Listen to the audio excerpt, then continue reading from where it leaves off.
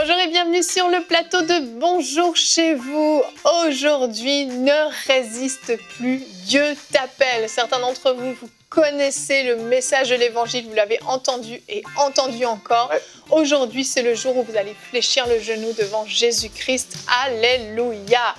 On va avoir une émission aujourd'hui un petit peu particulière parce que je crois qu'il y a certaines personnes, comme je le disais, qui ont entendu le message, qui l'ont trop entendu même depuis leur enfance, mais qui n'ont jamais fait ce pas vers le Seigneur, cette démarche vers le Seigneur. Et peut-être que vous connaissez des gens dans votre entourage à qui vous avez déjà tellement prêché l'évangile, un frère, une sœur, vos parents, vos enfants peut-être même.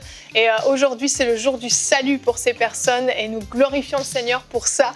Et nous allons avoir un beau témoignage en fin d'émission, le témoignage de l'évangéliste Jonathan Bouchard qui est venu nous raconter justement comment il a passé toutes ces années dans l'église mais qu'il n'avait pas pleinement connu le Seigneur. Et vous allez voir la différence entre le avant et après, c'est flagrant quand même. Oui, le connaissant, je sais que c'est flagrant. Tu le connais bien, hein? Tu le connais bien, effectivement. Ouais. Effectivement. Quand Dieu fait quelque chose dans la vie de quelqu'un, ça paraît. Et puis, il y a trop de gens, il y a des millions et des centaines de millions de gens sur cette terre qui ont entendu le message, mais qui ont dit non, je retiens ma vie, en fait. Et c'est à ces gens-là qu'on s'adresse aujourd'hui. Exactement, exact. Et on commence avec toi, Nadine, dans la pensée du jour.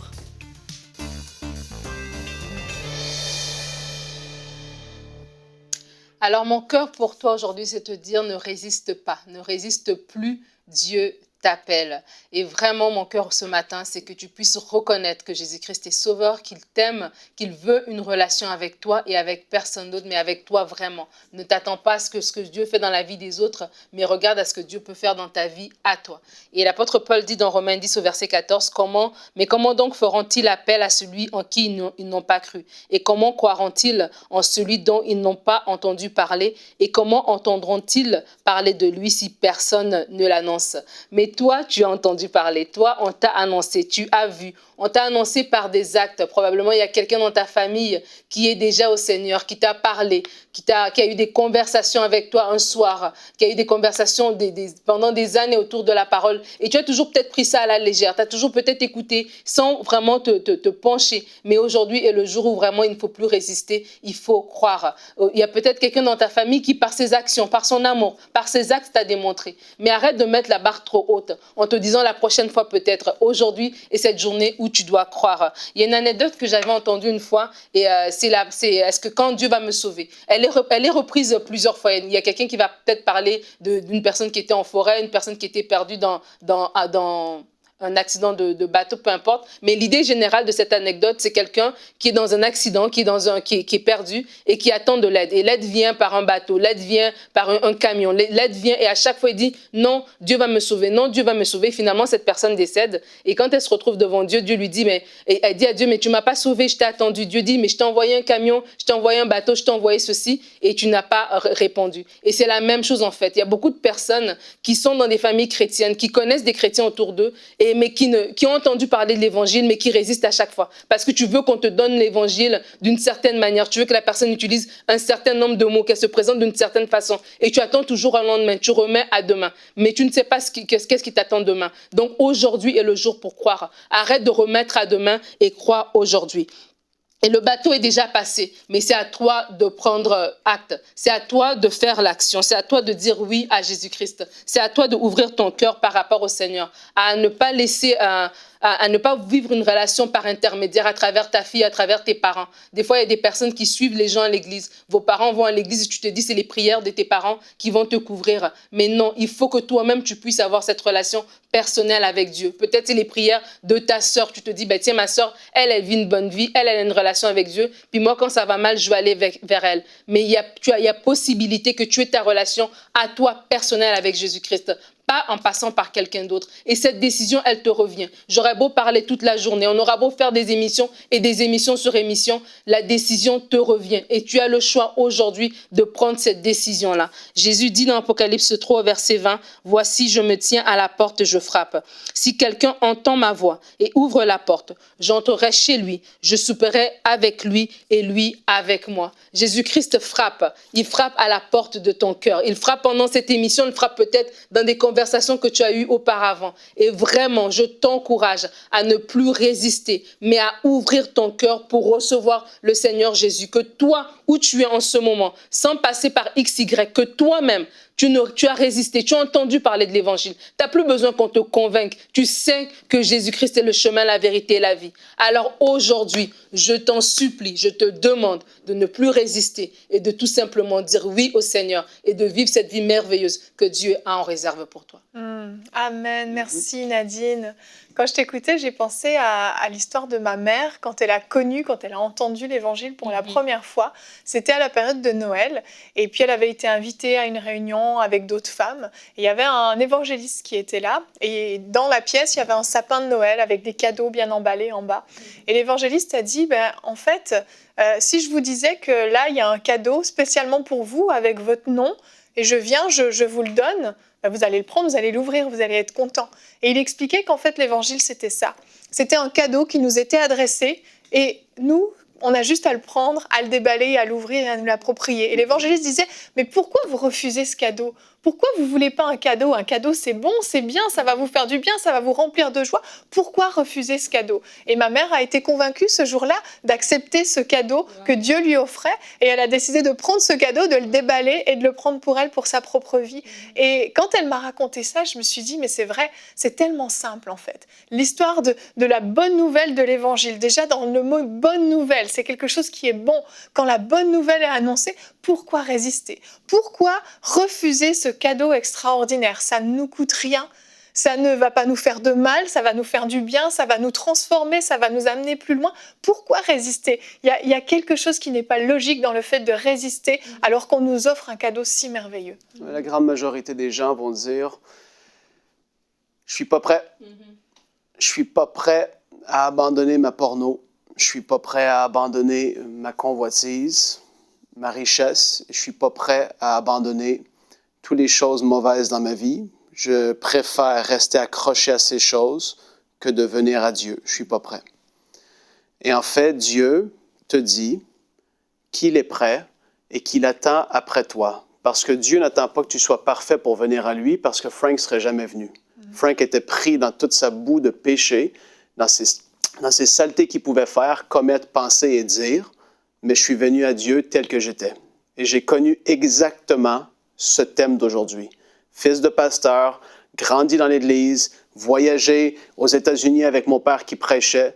Je connais trop la routine du chrétien du dimanche qui résiste et qui se dit non, je veux essayer de goûter la pourriture que le monde a à m'offrir.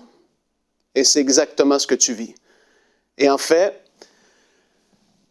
Seigneur, merci.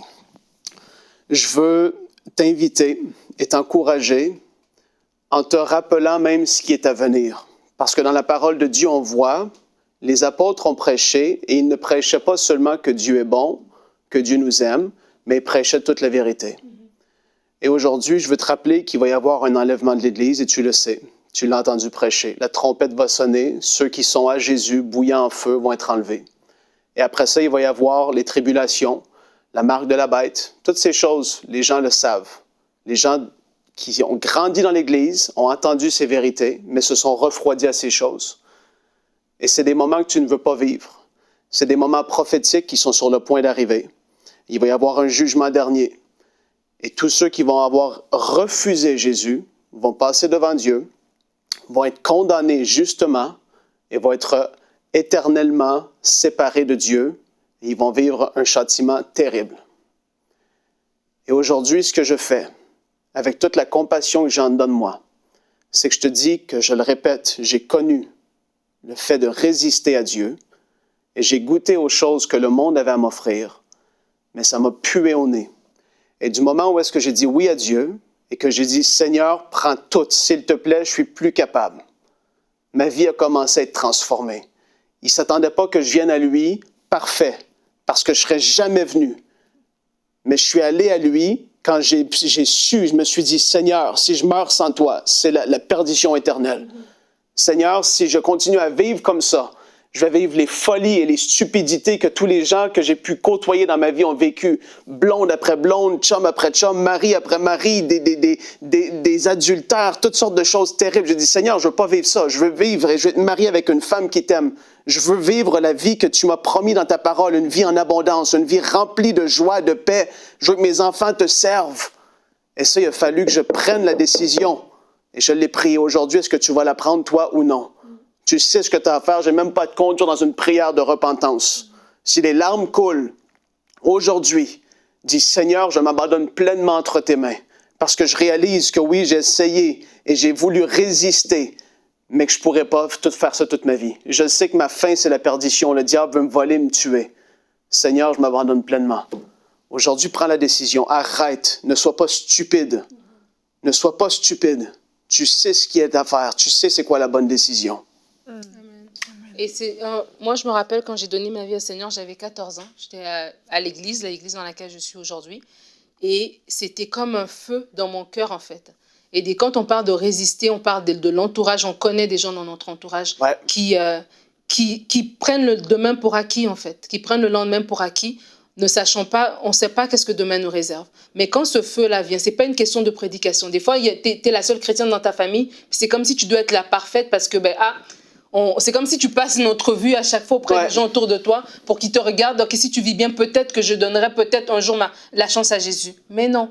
Quand ça chauffe dans ton cœur, quand ça cogne à la porte de ton cœur, tu le sais et tu le sais. Et moi, à 14 ans, je n'avais pas commis 1 million de vies bizarres, mais je savais que que tous sont péchés sont privés de la gloire de Dieu. Je savais que le salaire du péché, c'est la mort. Je savais que je devais donner ma vie à Jésus, que je devais vivre cette vie avec Christ parce que sinon, l'éternité sans Dieu, personne ne la veut. Et la vie sur terre, elle est courte, 60 ans, 80 ans, 100 ans. Quand bien même tu vivrais 120 ans, c'est tellement court par rapport à l'éternité. Et aujourd'hui, ce qu'on est en train de faire aujourd'hui, c'est de dire tout simplement, mon frère, ma sœur, pardon, ne résiste plus. Ouvre ta vie, ouvre ton cœur à Dieu. Tu le sens devant ton cœur. Franck a parlé et ça bouillonne dans ton cœur, ça chauffe. C'est le Seigneur qui cogne et qui te dit, mon enfant, je veux de toi, je veux cette relation avec toi. Et ce verset dans Romains 5, au verset 8, m'a toujours frappé. Que Dieu prouve son amour envers nous. Lorsqu'on était pécheurs, Christ est mort pour nous. Christ est mort pour moi, il est mort pour toi et ne résiste plus. Laisse-toi aller dans les bras du Seigneur. Laisse Jésus devenir ton Seigneur et ton Maître. Amen. Si vous êtes touché par cette émission, par le contenu de cette émission, et vous avez décidé de fléchir le genou devant Dieu, peut-être pour la première fois de votre vie, je vous invite à regarder notre verset du jour qui soit comme une prière pour vous qui monte dans votre cœur. C'est dans le psaume 143 au verset 10. Enseigne-moi à faire ta volonté, car tu es mon Dieu. Que ton bon esprit me conduise sur la voie droite. Que ce soit vraiment la prière de votre cœur. Qu'à partir d'aujourd'hui, ce soit le moment de votre vie où vous décidez de marcher sur la voie que Dieu a tracée pour vous. Qu'aujourd'hui, vous preniez cette décision de marcher main dans la main avec le Seigneur et de ne plus regarder en arrière, de ne plus faire demi-tour, de ne plus résister à son amour, mais de l'accueillir simplement dans votre cœur. On va regarder maintenant le témoignage de Jonathan Bouchard. Vous allez voir comment lui, ça lui a pris pas mal d'années jusqu'à ce qu'il décide de fléchir le genou devant Dieu. On le regarde dans la rubrique C'est mon histoire. Et on se retrouve pour la rubrique C'est mon histoire. Aujourd'hui, j'ai le plaisir de recevoir un frère, un ami, Jonathan Bouchard. Hello Jonathan. Bonjour Evelyne. Tu vas bien? Très bien. Ça me fait très plaisir de t'avoir sur ce plateau parce que ça fait maintenant quand même quelques années qu'on se connaît et tu as un super beau témoignage. Et je vais te présenter rapidement. Tu es le fils de Bertrand Bouchard. Alors, si vous avez suivi les émissions de Prière inspirée avec Jérémy, vous connaissez qui est Bertrand Bouchard, l'évangéliste. Et tu as grandi dans les traces de ton père. Tu as grandi, tu l'as accompagné dans les événements d'évangélisation. Tu as vraiment grandi dans une famille chrétienne. Tu as vu Dieu à l'œuvre dans ta vie, dans la vie des autres pendant pas mal d'années de ta vie. Mais malgré tout, tu ne connaissais pas réellement le Seigneur. Tu as vécu des miracles dans ta vie même. Ta maman était diagnostiquée stérile. Et puis malgré tout, tu es là. Donc tu es comme un bébé miracle. Tu as grandi dans toute cette ambiance de Dieu. Mais tu me disais, tu ne le connaissais pas réellement. Tu n'avais pas réellement saisi qui il était. Non. Effectivement, je suis né... Je dis souvent, quand je partage mon témoignage, moi, j'ai un témoignage des fois qui est différent de beaucoup de gens. Je suis né dans l'Église, j'ai grandi, j'ai grossi, j'ai vieilli dans l'Église, j'ai passé une partie de ma vie dans l'Église. Pour moi, en grandissant, c'était plus naturel pratiquement d'être 5-6 soirs par semaine à l'Église qu'à l'école. J'étais toujours à l'Église. Mon père avait, à certains moments de ma vie, 2 églises qu'il gérait, donc on était presque toujours à l'Église. Wow. Et puis, moi, j'ai eu le privilège, d'un sens comme tu as partagé, de naître. Mes parents étaient déjà convertis quand je suis né. Mon père, ça faisait déjà presque 30 ans qu'il était au Seigneur quand ils m'ont eu. J'étais le bébé de leur vieillesse, comme tu as partagé. Un bébé miracle. J'étais attendu, en effet. J'étais un bébé miracle. Puis, j'ai vu des miracles, des guérisons miraculeuses sur ma vie, des miracles glorieux. Ma vie a été préservée. Je ne serais pas là aujourd'hui si Dieu ne l'avait pas fait. Naturellement, c'est parce que la foi de mes parents me permettait de bénéficier de ces choses-là, parce que mes parents ont prié pour moi. Mes parents m'avaient enseigné dans les voies de Dieu. J'ai eu des parents extraordinaires dans le naturel. Ils ont tout donné ce qu'ils avaient pour moi. Beaucoup de gens n'ont pas ce privilège-là. Moi, je l'ai eu. Et j'ai aussi été enseigné dans les voies de Dieu, dans les valeurs de Dieu. C'était vraiment pas de la religion. Mes parents étaient vraiment nés de nouveau, remplis de l'esprit. Puis en grandissant, j'ai voyagé avec mon père, comme tu as dit, beaucoup. J'ai vu des miracles dans ma vie. Mon père, pour ceux qui le connaissent un petit peu, il a toujours eu beaucoup de miracles dans son ministère, des guérisons surnaturelles. Lui-même en étant un miracle, ma mère aussi. Donc, toute ma vie, j'ai toujours cru en Dieu. J'ai jamais eu de doute là-dessus. J'ai toujours aimé Dieu. On m'avait enseigné à prier. On m'avait enseigné à lire la Bible. Donc, j'avais appris à faire toutes les bonnes choses. Mais je dis souvent aussi que c'est incroyable à quel point on peut passer notre vie avec Dieu si près de nous puis être à la fois si loin de lui. Et toi, c'était ce que tu ressentais. Hein? C'était vraiment mon cas. Et puis, toute ma vie, je voyageais. Et puis, je visitais différentes églises avec mes parents. Mais ce qui a toujours resté, puis ce que je peux partager aujourd'hui avec le recul, puis je le dis avec grande tristesse, c'est que même parmi les églises chrétiennes, des gens du plein évangile qui aiment le Seigneur, j'ai visité plusieurs églises dans ma vie avec mon père, mais toute ma vie, encore aujourd'hui, je n'ai aucun souvenir d'avoir vu quelqu'un de ma génération né de nouveau dans les églises. Donc pour toi, en fait, être chrétien, être vraiment servir Dieu, c'était pour l'ancienne génération finalement? C'est que tout ce que je voyais dans l'Église, c'était des gens plus âgés. Et souvent, c'était des gens qui ne portaient pas énormément de fruits dans leur vie. Et moi, je le savais depuis que j'étais tout jeune. C'est difficile à expliquer, mais je savais que Dieu m'avait appelé à prêcher sa parole. Je n'avais pas une idée précise du ministère dans lequel j'allais être, mais je savais pour moi que c'était inévitable que plus tard j'allais prêcher.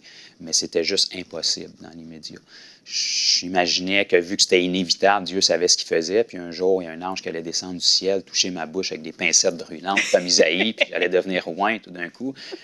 Parce que moi, en grandissant, comme je t'ai partagé, j'avais jamais vu quelqu'un de ma génération, même plus ou moins 5 ans, né de nouveau, encore moins prêcher la parole. Ouais, Pour ça. moi, un prédicateur, c'était quelqu'un d'un certain âge, habillé d'une certaine façon. J'avais jamais vu rien d'autre que ça. Donc, je me disais un jour, j'allais être assez vieux, puis ça allait me tomber dessus tout d'un coup. Ça ne te donnait pas envie, finalement, de vivre ça. Et toi, en plus, tu étais dans une période de ta vie, parce que bon, tu as grandi, hein, tu es devenu un adolescent, un jeune adulte, un adulte. Toi, tu aimais la vitesse en voiture, tu avais envie de croquer dans la vie à pleines dents, si on veut. Mais en fait, à cause de mon éducation chrétienne, tous les gros péchés apparents, si on peut dire, que je savais qu'ils étaient mal, je ne les faisais pas. Donc, aux yeux des gens, je vivais mieux que les gens dans le monde qui ne connaissent pas le Seigneur, puis même mieux que plusieurs personnes dans l'Église du Seigneur. Mais malgré ça, je ne connaissais absolument pas le Seigneur. Puis, j'ai vécu ma vie comme ça et j'ai tombé dans le panneau, disons, que beaucoup de gens tombent, même des chrétiens, c'est que je me servais de Dieu plutôt de servir Dieu. Et je l'utilisais quand ça allait mal dans ma vie, puis je le remettais sur la tablette quand les choses se réglaient. Puis j'étais bien prêt à ce qu'il soit le Dieu de ma vie spirituelle, mais les autres aspects de ma vie, je suis capable de les gérer toute seule. C'est ça.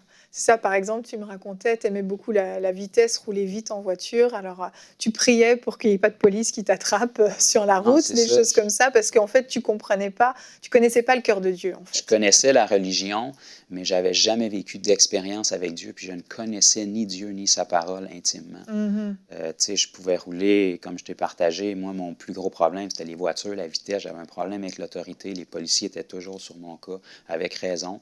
Oui. Puis, je pouvais faire des excès de vitesse incroyables en priant Dieu qui me protège des policiers. Puis, j'étais vraiment sincère dans ce que je faisais. Mhm. Euh, C'est ça, tu faisais beaucoup de sport, tu étais très aussi dans la musculation, etc. C'était des choses, tu étais très, très occupée pour surtout ne pas avoir finalement à penser à Dieu. Et en 2010, tu vas vivre un moment vraiment difficile dans ta vie qui va amener une brèche dans ton cœur. ouais. En 2010, c'était la première fois de ma vie que j'avais une interruption, disons, parce que moi, je travaillais des 10-12 heures par jour. Je faisais de l'entraînement physique pendant peut-être 2 heures. Je retournais dormir quelques heures, puis je recommençais le lendemain. J'allais courser en voiture dans les rues, je travaillais, je m'entraînais. Puis ma vie était comme ça. Je me tenais tellement occupé que j'avais aucune interruption dans ma vie. Tout ça en allant à l'église tous les dimanches quand même. Oui. Et puis en aimant Dieu, en aimant ce qui se faisait. Mais en 2010, je suis passé à travers des moments difficiles dans ma vie, d'incompréhension. Je suis passé à travers une séparation. Et puis, pour la première fois de ma vie, je me retrouvais tout seul chez moi, vraiment dans un espace vide parce que j'avais presque plus rien. Et puis là, tous mes plans de vie étaient bouleversés. Puis pour la première fois de ma vie, je ne savais pas où je m'en allais. Puis j'ai entendu la voix de Dieu pour la première fois en 2010. Puis Dieu m'a dit, je m'en souviens encore, où est-ce que j'étais dans mon appartement. Dieu m'a dit, abandonne tout puis serre-moi. Et puis à ce moment-là, je connaissais tellement pas Dieu, même si j'avais grandi dans l'Église, que j'ai eu peur de ce qu'il me demandait parce que je savais que le servir, comme je t'ai partagé depuis que j'étais tout jeune, c'était de prêcher sa parole. Et pour moi, c'était inaccessible. Je ne savais pas comment faire ça. Je n'étais pas prêt à me mettre un habit, je n'étais pas prêt à me déguiser, à changer de personnalité. C'était la notion que j'avais. Oui. Donc, je me suis sauvé exactement comme Jonas, on peut lire dans la Bible. Oui. Il s'est sauvé loin de la face de l'Éternel. On sait que ça ne se fait pas, on ne peut pas se cacher de Dieu, mais j'ai refait ma vie. Je me suis remis en couple, j'ai acheté une maison, j'ai fait de la réno, j'ai voyagé. Pendant 3 ans de temps, je me suis tenu tellement occupé que j'avais étouffé cette voie-là. Pour me retrouver finalement 3 ans plus tard, en 2013, où est-ce que j'ai commencé à m'approcher de Dieu pour la première fois de ma vie avec un cœur humble, pour savoir ce que lui voulait. Oui. Toute ma vie, j'avais prié, mais jamais je me suis soucié de ses intérêts. C'était seulement des sessions de demande pour moi, puis je le remettais sur la tablette après. Puis en janvier 2013, j'avais été élevé dans les voies de Dieu naturellement. J'avais fait la prière de repentance ou du pécheur, comme on connaît toute ma vie, des milliers de fois. Puis je voyais tout le monde dire qu'il était sauvé, puis moi, je ne l'étais pas. Ma vie ne changeait pas, parce que je ne saisissais pas la repentance. Donc, à l'âge de 13 ans, je m'étais dit, Dieu, je t'aime trop pour aller en enfer, c'est la dernière prière que je fais. Et puis, à partir de ce journée-là, ça avait resté comme ça. Puis en 2013, j'avais 28 ans à cette époque-là, puis j'étais dans ma salle de bain le matin, puis j'étais en train de me commémorer. Je me disais, waouh, aujourd'hui, ça fait 15 ans que tu es chrétien. Je n'ai pas eu le temps de finir ma phrase. L'Esprit du Seigneur est descendu, la conviction est venue sur moi, puis Dieu m'a dit, pour la 2e fois de ma vie qu'il me parlait, pourquoi tu dis que tu es chrétien? Et puis j'ai vu les 15 dernières années de ma vie défiler comme un diaporama devant mes yeux. Puis je suis resté sans mots, parce qu'à part une assistance à l'Église, il n'y avait rien de Dieu. Jamais de ma vie, je m'étais approché de Dieu pour ce que lui voulait. Jamais de ma vie, j'avais cherché ses désirs. Jamais de ma vie, j'avais vécu pour lui. Je faisais juste me servir de lui puis le remettre sur la tablette après. Puis à partir de là, ça m'a vraiment bouleversé parce que je connaissais ma vie, puis Dieu la connaissait aussi, j'avais rien à dire. Quand la Bible nous dit que tout est nu et découvert devant Dieu, c'est vrai. Et puis j'ai commencé à me poser des questions. Et puis environ, même pas un mois après, Dieu m'a parlé à travers un frère. Et puis, ça a commencé à travailler dans ma vie. J'ai commencé à m'approcher de Dieu. À partir de ce moment-là, je lisais la Bible. Je l'avais lue toute ma vie, mais pour la première fois, je la comprenais. À partir de là, quand je priais, j'avais prié toute ma vie, mais la présence de Dieu venait où est-ce que je priais, même si j'étais dans ma voiture. Puis ça a été comme ça pendant quelques mois, jusqu'à la fin de l'année 2013, où est-ce que là, j'ai vraiment vécu une expérience qui m'a transformé. Et puis, Dieu est revenu dans ma cuisine. Je me souviens encore où est-ce que j'étais. Et puis, il m'a dit la même chose qu'il m'avait dit en 2010. Abandonne tout, puis serre-moi. Et puis j'ai vu la même chose les 3 dernières années de ma vie où est-ce que je m'étais sauvé, j'avais rempli ma vie. Et puis j'avais essayé d'étouffer la voix de Dieu qui m'avait parlé en 2010. Puis là, je me souviens, dans ma cuisine, je me suis levé pour me rendre au salon, j'étais en pleurs, puis j'ai dit, Seigneur, tu connais mon cœur, tu sais que te servir, je me sens complètement incapable de faire ça. Mais ce que je peux faire, par exemple, c'est m'abandonner. Je ne l'ai pas fait en 2010, mais là, je ne raterai pas ma chance. À partir de cette journée-là, j'ai tout abandonné. J'ai tout laissé de côté, tous mes amis, mes occupations. J'ai commencé à chercher la face du Seigneur. J'allais travailler. Quand je revenais, je priais dans la voiture jusqu'à chez moi. Je revenais chez moi, je passais 2, 3 heures, 4 heures dans la parole, en prière. Puis j'ai fait ça pendant des mois. Wow. Puis environ 1 mois et demi après cette rencontre-là avec Dieu, j'ai été baptisé du Saint-Esprit. Dans mon lieu secret chez moi, la puissance de Dieu est venue sur moi. J'ai senti une chaleur dans mon cou, mes trapèzes. J'ai été rempli. Je me suis mis à parler en langue vraiment intensément. Puis Dieu a fait que j'ai eu une porte ouverte. Puis environ 1 mois et demi après cette expérience-là, j'ai pu commencer à prêcher sa parole. Puis j'ai jamais arrêté depuis. Tu n'as jamais arrêté et on n'a plus beaucoup de temps, mais très rapidement, après ça, tu as vécu une expérience très forte aussi avec le Seigneur où il t'a révélé vraiment dans sa parole que même les incroyants pouvaient être guéris au travers de la foi des croyants. Absolument. Et là, il y a un feu pour les âmes perdues qui est monté dans ton cœur et à partir de ce jour-là, tu es allé dans les rues, prêcher la bonne nouvelle de l'Évangile, prier pour les malades et tu as vu des miracles exceptionnels. Oui, absolument. Ça a été une révélation pour moi presque aussi forte que ma nouvelle naissance. Quand j'ai saisi qu'un inconverti qui ne connaît pas Dieu pouvait être guéri par notre foi, j'ai dit, ce ne sera plus jamais la même chose.